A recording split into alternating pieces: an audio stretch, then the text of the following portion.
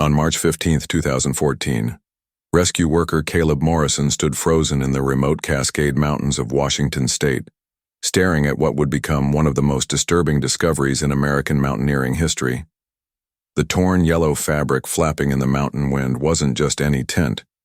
It belonged to the Apex climbing expedition, 10 experienced mountaineers who had vanished without a trace 17 months earlier in October 2013. Morrison's hands trembled as he radioed base camp, his voice cracking through the static. "We found them," he whispered into his radio. "We found their camp." But what Morrison discovered inside that deteriorating tent would shatter everything experts thought they knew about the disappearance that had captivated the nation. The Apex climbing expedition had been considered one of the most professional and well-equipped teams ever assembled for a Pacific Northwest ascent. Led by Dmitry Volkov, a 34-year-old Russian immigrant and veteran of multiple Himalayan expeditions, the team consisted of 10 skilled climbers aged between 26 and 41. Each member brought years of experience and specialized expertise to what was supposed to be a routine 3-week expedition up Mount Challenger, a notoriously difficult but well-mapped peak in North Cascades National Park. Jasper Chen, 29, served as the team's technical climbing specialist. The software engineer from Seattle had spent 5 years perfecting his skills on the region's most challenging routes. His methodical approach to safety protocols had earned him respect in the climbing community, and fellow climbers often sought his advice on equipment and route planning. Kieran O'Sullivan, 31, brought medical expertise as a former Army medic turned emergency room physician. His presence on the team provided crucial safety insurance that had convinced several members' families to support the expedition. Nolan Davis, 28, handled communications and weather monitoring. As a meteorologist with the National Weather Service, he possessed an almost supernatural ability to predict mountain weather patterns. His detailed forecasts had saved countless expeditions from dangerous conditions, and Dmitry had specifically recruited him after witnessing his work on a previous climb in Alaska. Pavel Kozlov, 33, served as the team's second-in-command and had climbed extensively with Dmitry across 3 continents.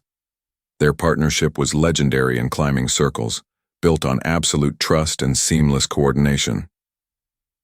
The remaining team members each brought specialized skills that made the Apex expedition uniquely qualified for their ambitious goal.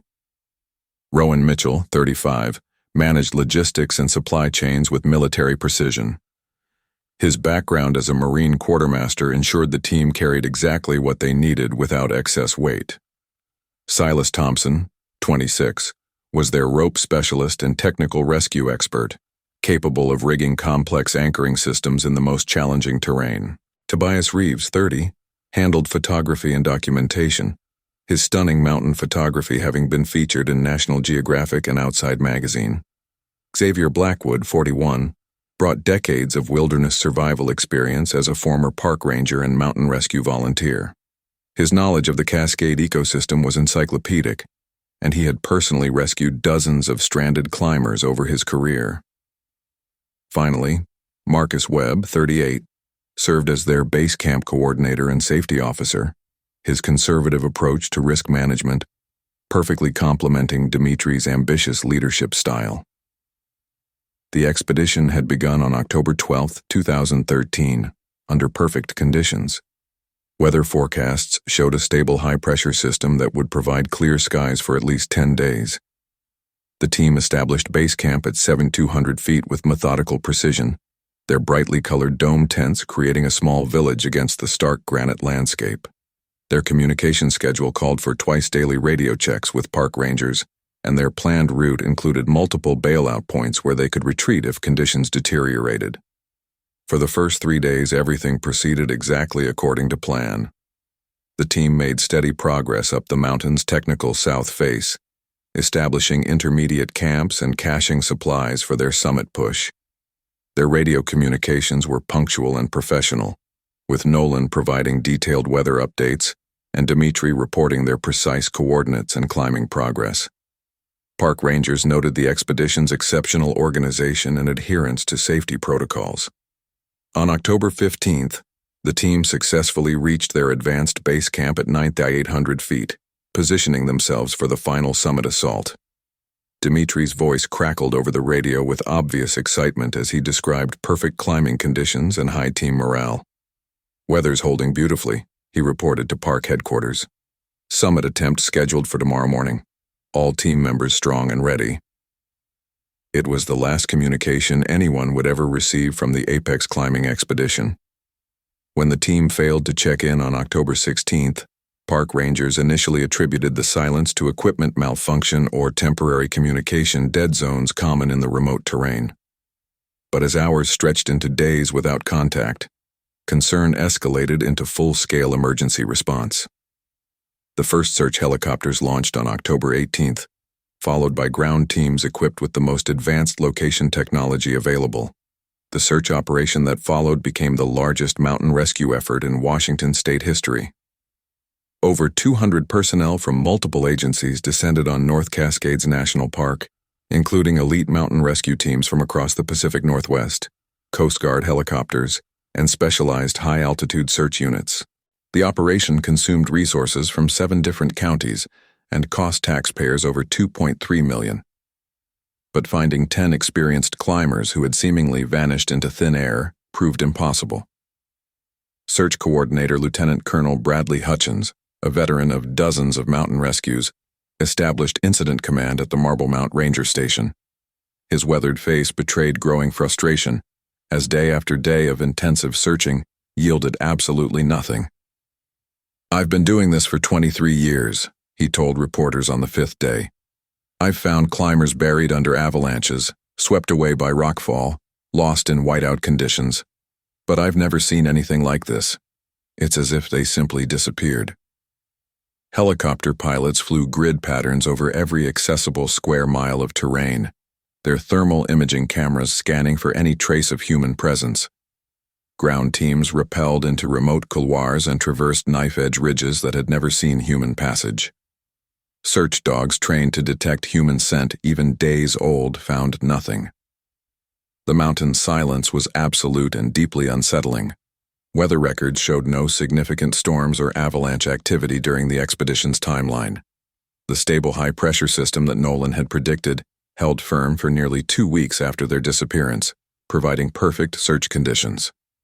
Temperature logs indicated no sudden drops that might have created life-threatening cold exposure. Every environmental factor pointed toward ideal climbing conditions during the critical period.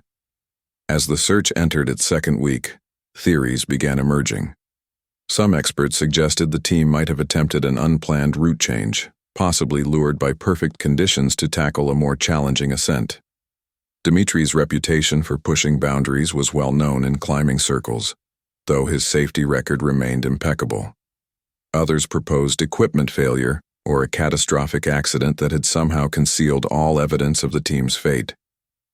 The families of the missing climbers arrived in Marble Mount, transforming the small mountain town into a media circus.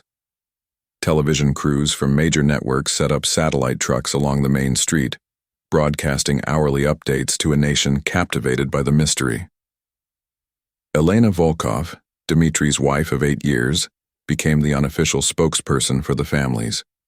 Her composed demeanor barely concealed the anguish that consumed her as days passed without answers.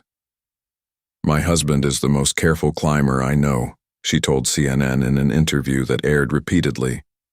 "He would never take unnecessary risks with 9 other lives depending on him. Something happened up there, something unexpected."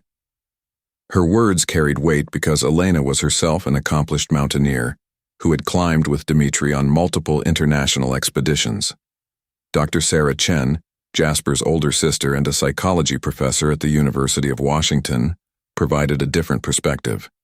"These weren't reckless adventure seekers," she explained to reporters.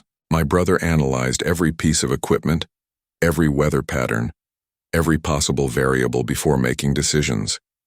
This team represented the pinnacle of mountaineering professionalism." Her academic background lent credibility to her assessment of the expedition's planning and execution. By October 30th, 2 weeks after the team's disappearance, the official search operation began scaling back.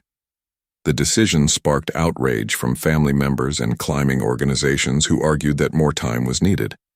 However, winter weather was approaching rapidly, and search commanders faced the reality that continuing operations would likely result in additional casualties among rescue personnel. The case officially transitioned from active rescue to recovery mission on November 15th, though periodic searches continued throughout the following year. Park Service investigators interviewed dozens of climbing experts, weather specialists, and equipment manufacturers, seeking any explanation for the team's fate. Every lead proved fruitless. Every theory collapsed under scrutiny. Insurance investigators representing the team members' life insurance policies conducted their own parallel investigation. The financial stakes were substantial, with 10 policies totaling nearly $3.8 million in coverage. Insurance adjusters hired private mountain guides and forensic specialists to examine every aspect of the expedition's planning and execution, but their investigation yielded no additional insights. If you're finding this mystery as compelling as investigators did, make sure to hit that like button to support our channel as we dive deeper into this incredible case. The climbing community developed its own theories through online forums and mountaineering publications. Some suggested the team had encountered illegal drug operations in the remote wilderness and been silenced by criminal organizations. Others proposed they had stumbled upon military or government activities that required their elimination. These conspiracy theories gained traction among certain groups but lacked any substantive evidence. Most expert climbers favored more conventional explanations. Alpine rescue specialist Dr. Michael Torres published an analysis in Climbing magazine suggesting that a localized avalanche might have swept away all traces of the team's presence. Mountains can be incredibly efficient at hiding evidence, he wrote. A single slide in the right location could bury equipment, bodies, even large sections of campsite so completely that they might not emerge for decades. The families gradually accepted that their loved ones would likely never be found. Memorial services were held in Seattle, where hundreds of climbers gathered to honor the missing team members. The Apex climbing expedition became a cautionary tale discussed in mountaineering courses and safety seminars, though exactly what lessons should be learned remained unclear. As winter settled over the Cascades in late 2013, the mountains reclaimed their silence. Snow buried any remaining traces of the search operation, and the families slowly returned to their disrupted lives. Elena Volkov moved back to her apartment in Seattle, where Dimitri's climbing gear still hung in their hallway closet. She couldn't bring herself to remove his ice axes and crampons, the metal tools that had carried him safely through so many previous expeditions. The Park Service filed their final incident report in February 2014, classifying the case as an unexplained disappearance with presumed fatalities. The document, over 400 pages long, detailed every aspect of the search operation, but offered no conclusions about what had happened to the 10 climbers. Investigators recommended enhanced communication requirements for future expeditions and suggested mandatory GPS tracking devices, but these measures felt inadequate given the magnitude of the mystery. Detective Ray Castellanos of the Skagit County Sheriff's Department inherited the case as the primary law enforcement investigator. A former Marine with 15 years of police experience, Castellanos had worked missing persons cases throughout Western Washington, but nothing had prepared him for the complete absence of evidence surrounding the Apex expedition. His case file grew thick with witness statements, equipment analyses, and weather reports, yet contained not a single piece of physical evidence from the missing team. Spring arrived early in 2014, melting winter snows faster than usual throughout the Cascade Range. By mid-March, hiking trails that normally remained impassable until May began opening to adventurous backpackers. The rapid snowmelt revealed landscapes that had been hidden for months, exposing forgotten camping gear, lost hiking equipment, and occasionally, human remains from decades-old accidents. Caleb Morrison worked as a wilderness ranger for North Cascades National Park, conducting routine patrols to assess trail conditions and wildlife activity after the winter thaw. At 31, he had spent 8 years exploring the park's most remote corners, documenting everything from rare plant species to illegal camping violations. His systematic approach to wilderness management had earned him assignments in the park's most challenging terrain, areas where few rangers ventured even during optimal conditions. On March 15th, Morrison began a solo patrol of the Challenger Creek drainage, a remote valley that provided access to several technical climbing routes. The area had been completely inaccessible during winter, buried under massive snow accumulations that made travel impossible, even for experienced mountaineers. As Morrison worked his way up the drainage following GPS coordinates that marked the boundary of his patrol area, he noticed something unusual in a small alpine meadow at approximately 8,400 feet elevation. The yellow fabric appeared first as just a splash of color against the brown vegetation emerging from retreating snow patches. Morrison initially assumed he had discovered abandoned camping gear left by careless backpackers, a common problem that required documentation and removal. But as he approached the object, his trained eye recognized the distinctive shape and color pattern of a high-quality mountaineering tent, not the cheap recreational equipment typically abandoned by casual hikers. Morrison's radio crackled to life as he called park headquarters to report his discovery. "Dispatch, this is Morrison on patrol in Challenger Creek. I've located what appears to be a mountaineering tent at approximately 8,400 feet. The fabric is yellow with blue trim, appears to be expedition quality, requesting guidance on documentation and removal procedures." The response from headquarters was immediate and urgent. "Morrison, hold your position and do not disturb the site. We're sending additional personnel to your location immediately." The dispatcher's voice carried intention that Morrison had never heard before. Within minutes, his radio crackled again with instructions to establish a perimeter around the tent and begin photographing everything from multiple angles while maintaining strict evidence protocols. As Morrison circled the tent with his camera, documenting its position and condition, he began noticing details that made his stomach clench with growing unease. The tent's fabric showed extensive weathering consistent with long-term exposure to mountain conditions. Several panels had been torn, apparently by wind and possibly wildlife, but the aluminum frame remained largely intact. Most disturbing were the dark stains visible on portions of the tent floor that were exposed through the tiers. The tent's positioning struck Morrison as immediately wrong for any planned campsite. Experienced mountaineers chose tent locations based on protection from wind, drainage from rainfall, and level ground for comfortable sleeping. This tent sat in a natural depression that would collect water during storms, with no wind protection and on ground that sloped at an uncomfortable angle.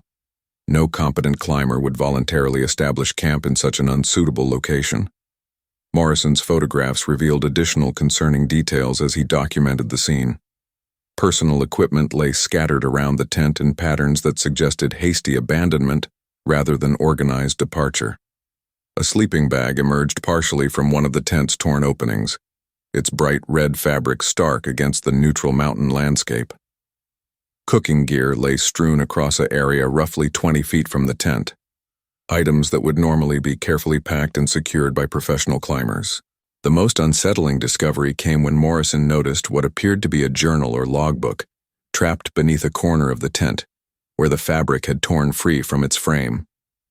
The water-damaged pages were barely visible, but he could make out handwriting on the exposed surfaces.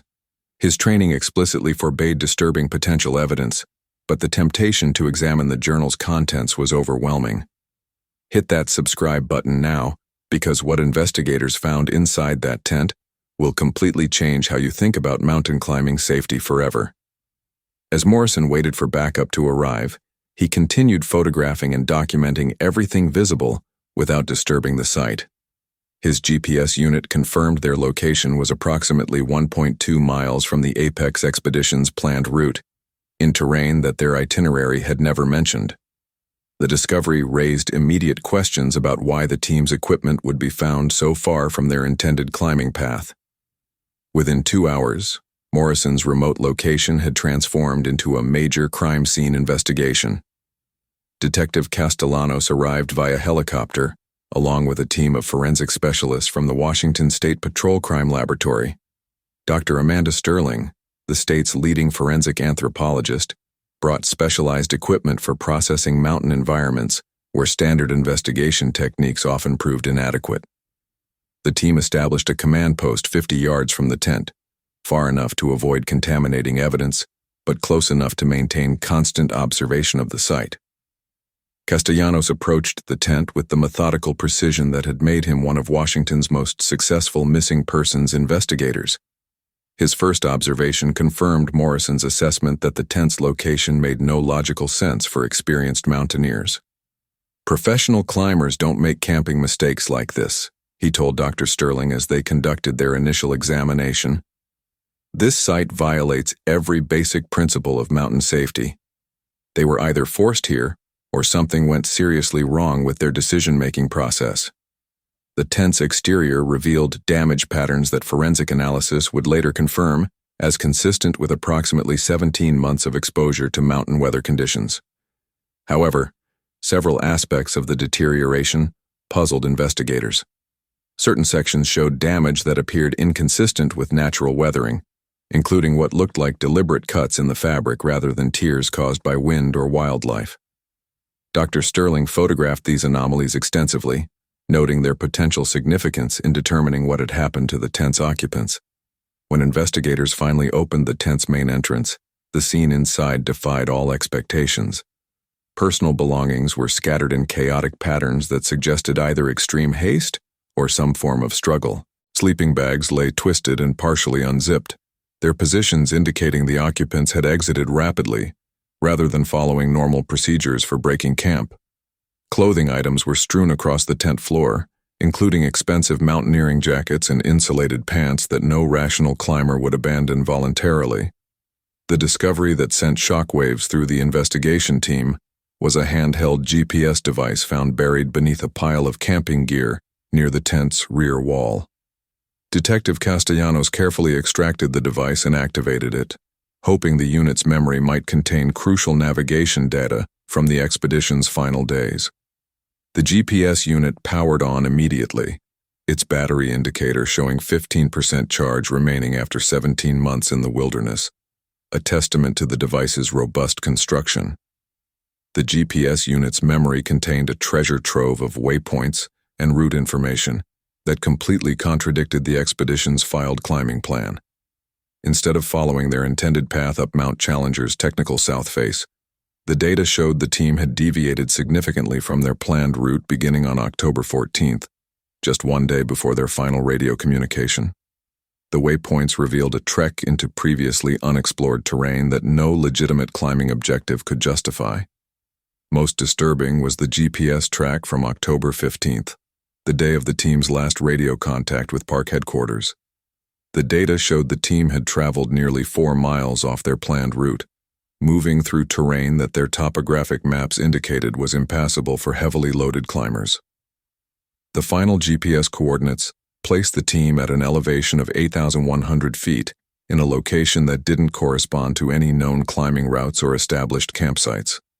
Dr. Sterling's examination of the tent's interior yielded additional evidence that the team's final hours had been anything but routine. Bloodstains on the tent floor tested positive for human DNA, though degradation from weather exposure made determining the specific source impossible with field equipment. The staining pattern suggested multiple individuals had sustained injuries, with blood drops concentrated near the tent's entrance and exit points.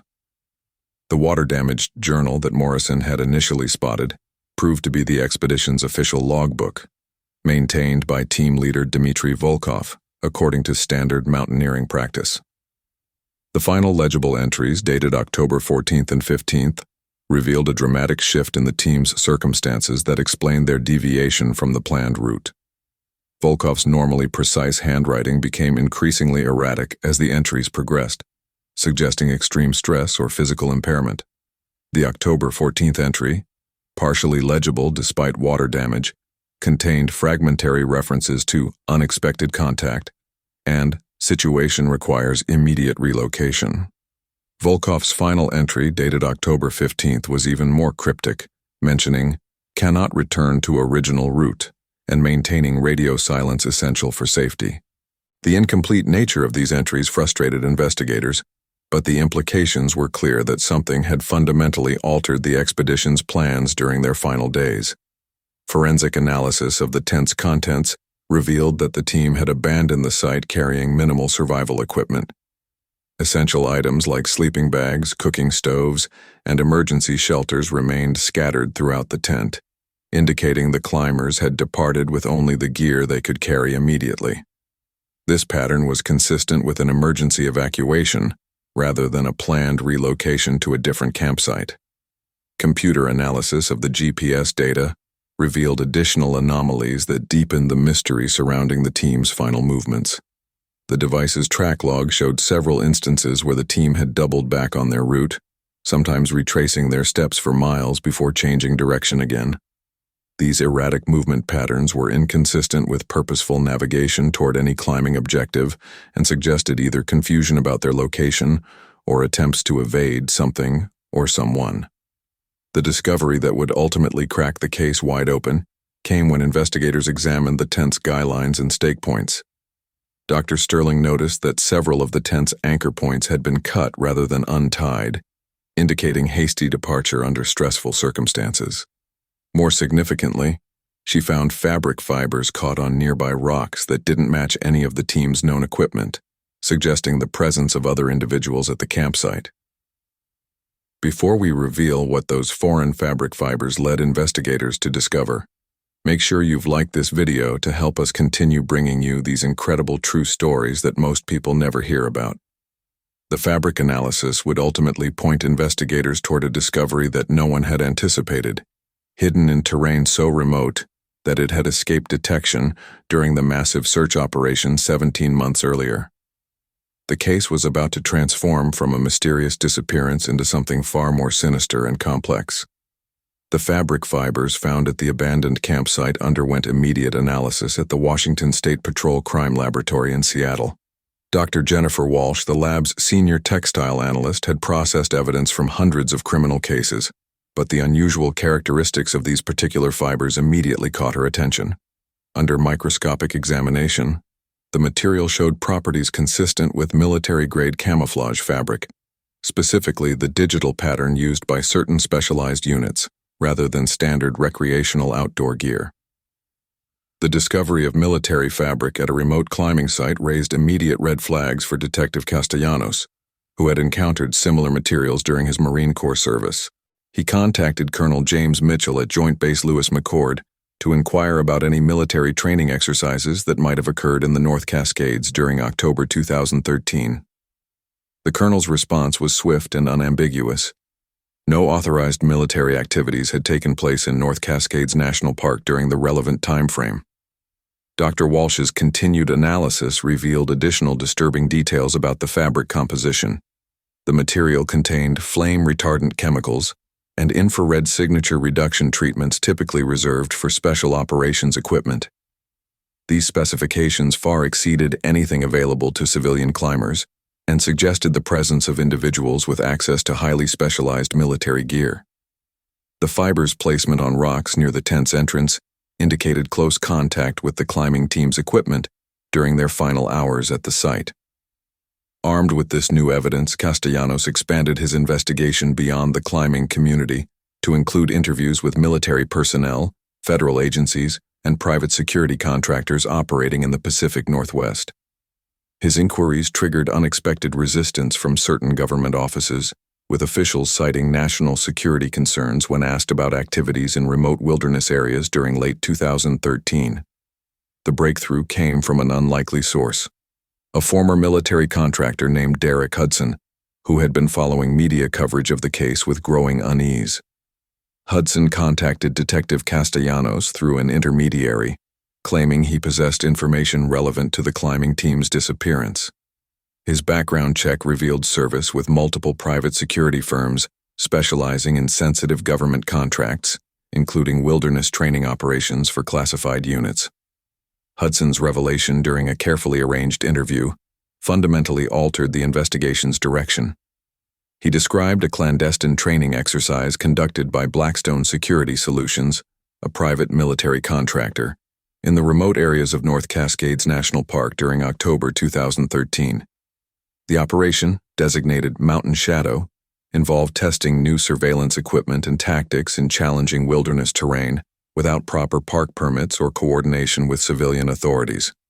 According to Hudson's account, The Blackstone team had been operating illegally in the same region where the Apex climbing expedition had deviated from their planned route.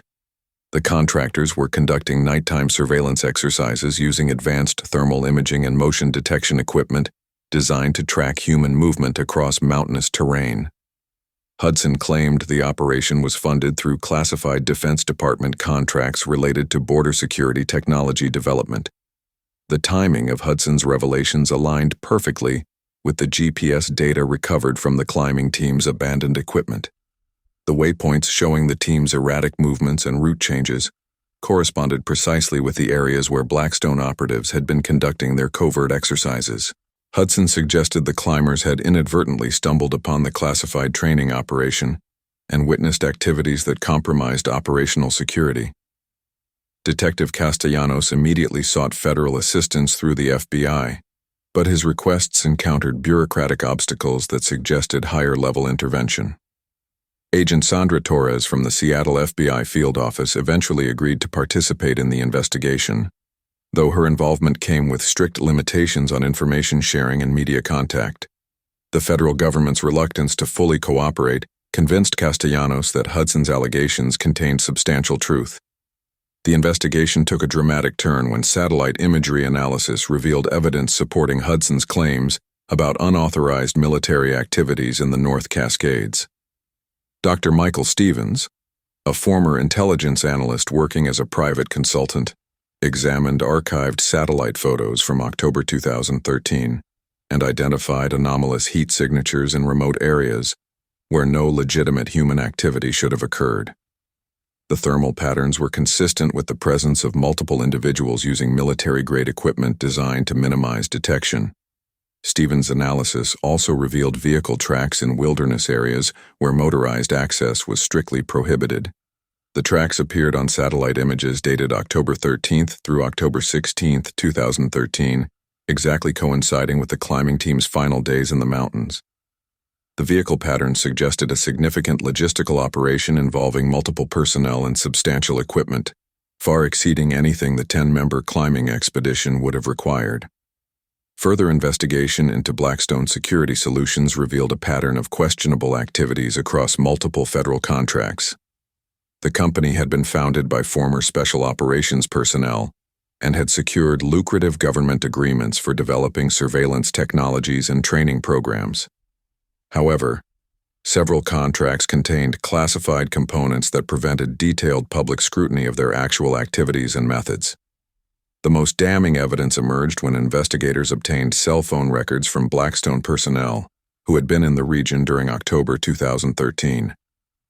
Despite company claims that no operations had occurred in North Cascades National Park, the cellular data clearly showed multiple Blackstone phones pinging towers near the climbing team's last known location. The timeline of these communications correlated precisely with the GPS waypoints from the abandoned climbing equipment. Hudson provided additional details during subsequent interviews, describing how Blackstone operatives had protocols for dealing with civilian encounters during classified operations. According to his account, standard procedure required detaining any civilians who witnessed sensitive activities until the operation concluded and proper security arrangements could be implemented. This revelation raised terrifying possibilities about what might have happened when the climbing team encountered the covert training exercise. If you're shocked by these revelations about what really happened to those climbers, hit that like button and subscribe, because what investigators discovered next will expose a cover-up that reaches the highest levels of government. The evidence was building toward a conclusion that the 10 missing climbers had become collateral damage in a classified military operation gone wrong. But proving this theory would require confronting powerful interests willing to go to extreme lengths to protect their secrets. The investigation reached a critical juncture when Detective Castellanos received an anonymous package containing internal Blackstone Security Solutions documents that had been leaked by someone within the organization. The materials included operational plans, personnel assignments, and most crucially, incident reports from the October 2013 Mountain Shadow exercise that had never been submitted to government oversight agencies. The documents painted a picture of systematic deception and criminal negligence that extended far beyond a simple training accident.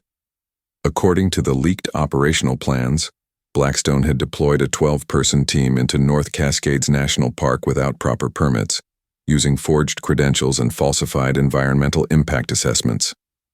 The team leader, a former Navy SEAL named Travis Blackwood, had established multiple observation posts throughout the region to test new surveillance equipment capable of tracking human movement across vast wilderness areas. The technology was being developed for deployment along the Mexican border as part of a classified Homeland Security initiative. The most damning document was an incident report filed by Blackwood on October 16, 2013, describing an unexpected civilian encounter that had compromised operational security. According to Blackwood's account, his team had detected the climbing expedition using thermal imaging equipment during the early morning hours of October 15th. The climbers had inadvertently approached one of the surveillance posts while attempting to navigate around what they believed was impassable terrain. Blackwood's report described the climbing team as highly agitated and suspicious when confronted by his operatives. The climbers had observed classified equipment and overheard radio communications that revealed the illegal nature of the military operation. Dmitry Volkov had reportedly demanded explanations and threatened to report the activities to park authorities upon returning to civilization. This confrontation had triggered protocols for containing security breaches that would ultimately seal the fate of all 10 climbers. The leaked documents revealed that Blackstone operatives had initially attempted to convince the climbing team to voluntarily relocate to a remote area where they could be monitored until the training exercise concluded. However, several climbers had refused to cooperate and had begun demanding immediate evacuation from the mountains. The situation escalated when Jasper Chen attempted to use his satellite communication device to contact park rangers, prompting Blackwood to order the seizure of all climbing team communication equipment.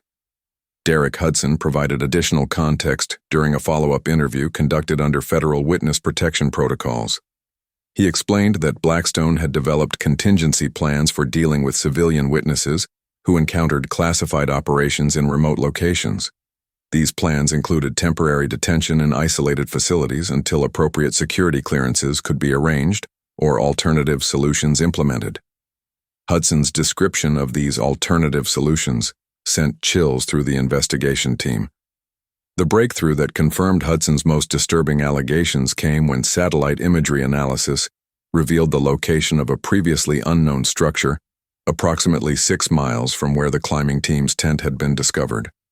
Dr. Stevens identified thermal signatures indicating a buried or camouflaged facility that appeared on satellite photos only during the specific dates of the Blackstone operation.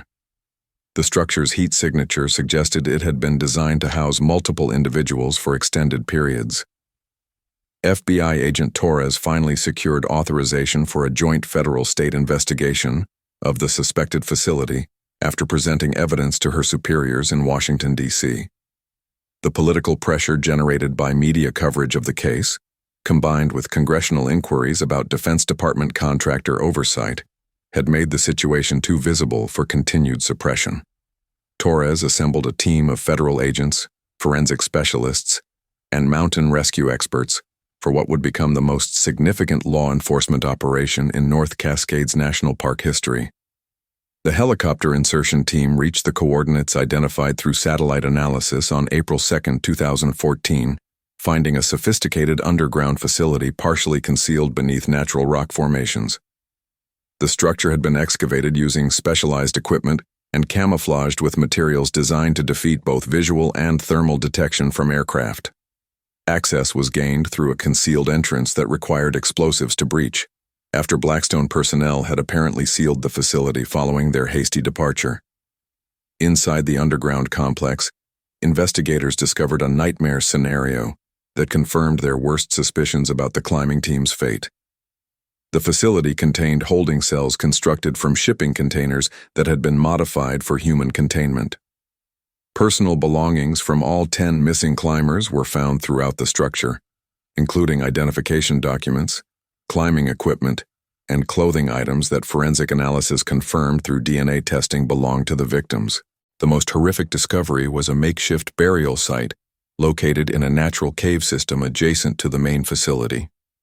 Forensic anthropologist Dr. Sterling supervised the careful excavation of human remains that would eventually be confirmed through dental records and DNA analysis as belonging to all 10 members of the apex climbing expedition. The condition of the remains suggested the climbers had been held in the facility for several days before ultimately being killed. Dr. Sterling's preliminary examination revealed evidence of malnutrition and physical trauma, consistent with prolonged captivity under harsh conditions. Several skeletons showed fractures that appeared to have occurred during attempts to escape or resist their captors. The forensic evidence painted a picture of desperate individuals who had fought courageously for their freedom before ultimately succumbing to their captors' determination to eliminate all witnesses to the classified operation. Computer equipment recovered from the facility contained encrypted files that federal technicians eventually decoded to reveal detailed records of the climbers' captivity. Blackstone operatives had maintained meticulous documentation of their prisoners' psychological states, physical condition, and attempted escape efforts. The files indicated that company leadership had initially hoped to recruit the climbers into the operation through a combination of financial incentives and security clearance arrangements. However, the climbing team's unanimous refusal to cooperate, combined with their knowledge of the illegal activities they had witnessed, had ultimately convinced Blackstone leadership that permanent silencing was the only viable option for protecting the classified operation. The decision to execute all 10 climbers had been made at the highest levels of the company and implemented with military precision by operatives who viewed the murders as necessary casualties in a larger national security operation. Make sure to subscribe and hit that notification bell, because the final confrontation with those responsible for these murders will show you just how far powerful interests will go to protect their secrets.